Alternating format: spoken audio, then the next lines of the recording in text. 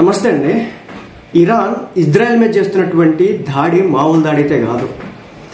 Israel వచ్చేసి కేవలం వాళ్ళకి సంబంధించినటువంటి న్యూక్లియర్ బేస్లను మాత్రమే టార్గెట్ చేస్తూ ఉంటే ఇరాన్ మాత్రం ఏది దొరికితే దాని మీద బాంబులు వేస్తున్నటువంటి పరిస్థితి. వింత ఏంటంటే క్లస్టర్ బాంబ్స్ని యూజ్ చేస్తుంది ఇరాన్ ఇప్పుడు.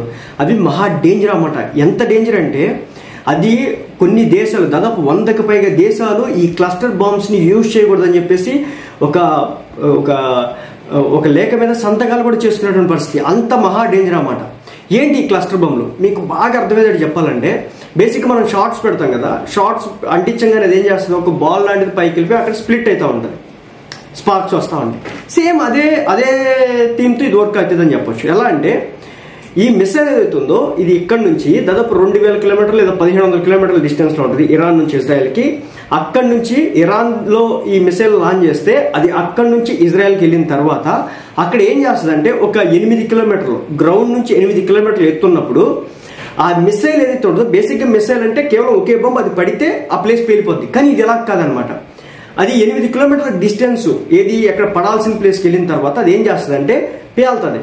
పేలిన తర్వాత దాంట్లో దాదాపు 20 బాంబులు, చిన్న చిన్న బాంబుల్ని 20 వాటిని దాంట్లో క్లుప్తంగా ఉంచడం జరిగింది. అదే షార్ట్ పెట్టిన తర్వాత పైకి ఎలా అయితే స్ప్లిట్ అవుతాయో అదే మాదిరిగా ఇక్కడ ఒక 20 బాంబులు అనేది దాంట్లో ఆ మిసైల్లో పెట్టడం ఏర్పాటు చేయడం జరిగింది.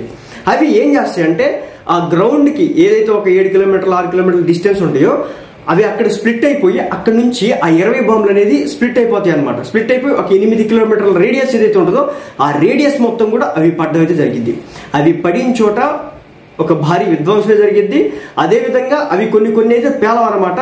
తప్పనిసరిగా పేలపోయినప్పటికీ కూడా కొన్ని రోజుల తర్వాత అయినా సరే అవి పేలుతాయి అనమాట. వెంటనే పేలకపోవచ్చు, కొన్ని రోజుల తర్వాత అయినా పేలుతాయి.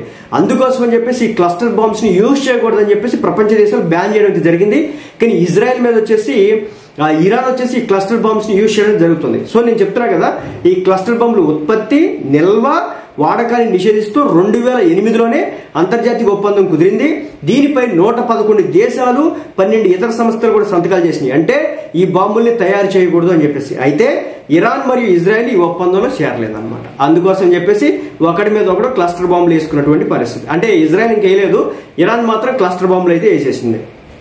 అయితే చెప్పే కదా, ఇది ఈ విధంగా ఈ క్లస్టర్ బాంబులు వాడడం అనేది అంతర్జాతీయంగా ఒక పెద్ద ఇష్యూని అయితే క్రియేట్ చేస్తాయని చెప్పొచ్చు. వీటిని చాలా వరకు బ్యాన్ చేసేసినారు. బట్ ఇరాన్ మాత్రం యూజ్ చేస్తుంది. దీనివల్ల ఇజ్రాయెల్ అనేది చాలా భారీ స్థాయిలో నష్టపోవడానికి అయితే అవకాశం అయితే ఉంటుంది. ఎందుకంటే వాళ్ళ ఐరన్ డోమ్స్ అనేవి చివరాఖరికి అదొక కన్ఫ్యూజ్ అయిపోతుంది. రెండోది ఏంటంటే ఇజ్రాయెల్ పరిస్థితి ఎలా ఉందంటే ఇంకొక 12 రోజులు 10 రోజులు మాత్రమే వాళ్ళ దగ్గర ఎమినేషన్ ఉంది, ఆ తర్వాత ఇంకా లేదు ఇజ్రాయెల్. కానీ ఇరాన్ దగ్గర మాత్రం భారీ స్థాయిలో మిసైల్స్ కూడగట్టుకొని కూర్చుంది. అమెరికా సపోర్ట్ రాకపోతే, బ్రిటన్ సపోర్ట్ రాకపోతే, వాళ్ళు ఏ అయితే బాంబర్స్ వేయకపోతే, అంటే వాటిని వీళ్ళకి ఇరాన్ దగ్గర ఇప్పుడు న్యూక్లియర్ ఏదైతే తయారు చేస్తుందో అదంతా కూడా గ్రౌండ్లో తయారు చేస్తున్నమాట. అంటే 100 మీటర్లు, 200 మీటర్లు, 300 మీటర్ల లోపల. సో అంటే అర్థం చేసుకోండి, ఆ బంకర్ బాంబ్స్ అయితే ఇజ్రాయెల్ దగ్గర లేవు, వేయలేదు, ఏ దేశం దగ్గర కూడా లేవు. కేవలం 14,000 కిలోల బరువు ఉండేటటువంటి బాంబర్స్ ఏవైతే ఉంటాయి అవి అమెరికా దగ్గర మాత్రమే ఉన్నాయి. వాటిని మోసుకురావాలన్నా కావాల్సినటువంటి ఫైటర్ జెట్స్ కూడా అమెరికా దగ్గరే ఉన్నాయి. అమెరికా రంగంలో దిగితే తప్ప ఇరాన్ని ఇప్పుడు కంట్రోల్ చేసే ప్రసక్తి అయితే కనిపించట్లేదు. చివరాఖరికి బ్యాన్ చేసినటువంటి క్లస్టర్ బాంబ్స్ కూడా తెచ్చి ఇజ్రాయెల్ మీద పడేసి, ముఖ్యంగా ఏంటంటే అక్కడ హాస్పిటల్స్ అని చూడట్లేదు, స్కూల్స్ అని చూడట్లేదు, నా సామాన్యులు ఇళ్ళని చూడట్లేదు, ఏది దొరికితే దాని మీద ఇజ్రాయెల్ మీద అటాక్ చేస్తుంది ఇరాన్ అన్నమాట. ఇది భయంకరమైన ప్రాణాలు తీసేయడానికైతే అవకాశాలు అయితే స్పష్టంగా ఉన్నాయి. ఇప్పటికే ఇరాన్కి సంబంధించి దాదాపు 400 మంది 500 మంది చనిపోయినట్టు చెప్తున్నారు. బట్ ఇరాన్లో మరణాలు అనేది తక్కువ ఉన్నప్పటికీ కూడా భారీ నష్టాన్ని అయితే చేకూరుస్తుంది.